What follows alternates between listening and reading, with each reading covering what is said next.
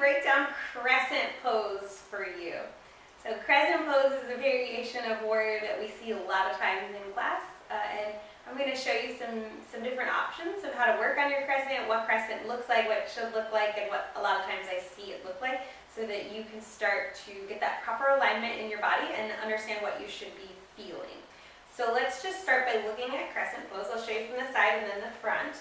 So one leg is back, one leg is forward. I like to start with my hands on my hips. Your hips are drawn under. You have nice depth in your front leg, and your hands are up overhead. That is your full Crescent Pose. So from the front,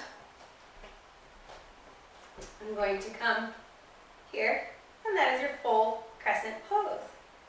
So some of the things I see very commonly and you want to be aware of is people keeping their back heel really low. It should stack up over the toes.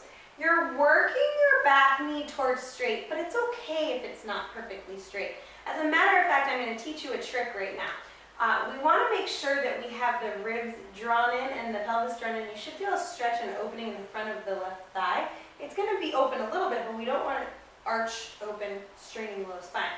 So you're going to take your hands to your hips, rock that pelvis under. Now what I like to do is take a bend in the back knee and get that pelvis in a good position, and then work the back leg towards straight. It's okay if it doesn't straighten. Find the depth in the front knee, and then again, the hands come up overhead. We don't want to see the arch in the spine when we lift the arms to try to get them where we want them. We want to draw the ribs in and then lift up through the arms. If you can't get them all the way up, you can always take your hands to heart, or your hands out in front, or just as far as you can without feeling like your ribs come out. So that is some of the biggest things I see. So that kind of like arching, that like line here instead of lifted, and finding that depth. Those are the biggest things we want to see for you when you're getting into your Crescent Pose. Some of the things that you can do to warm your body up for Crescent is low Crescent, or you can always take this variation in class. If your teacher's teaching Crescent Pose, you can always come to a knee. If your back toes are untucked, it'll be a little less sturdy. If your back toes are tucked, it'll be slightly more sturdy. The same thing, your hands can come to your hips. You can rock that tailbone under, making that space smaller between the pelvis and the ribs.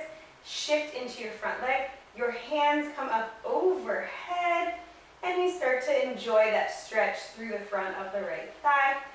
So if your teacher's teaching Crescent and you feel more stable here, you can always do that, and when they move on, let's say they have you lift up and move on to Warrior 2, then you can come off of the knee. So that's a great variation from Crescent for you. So you can do kneeling or leg lifted. Work on keeping the pelvis under. You will feel a big stretch in the front of the back leg. Try to keep the ribs in and the arms up overhead. And that's your Crescent Pose.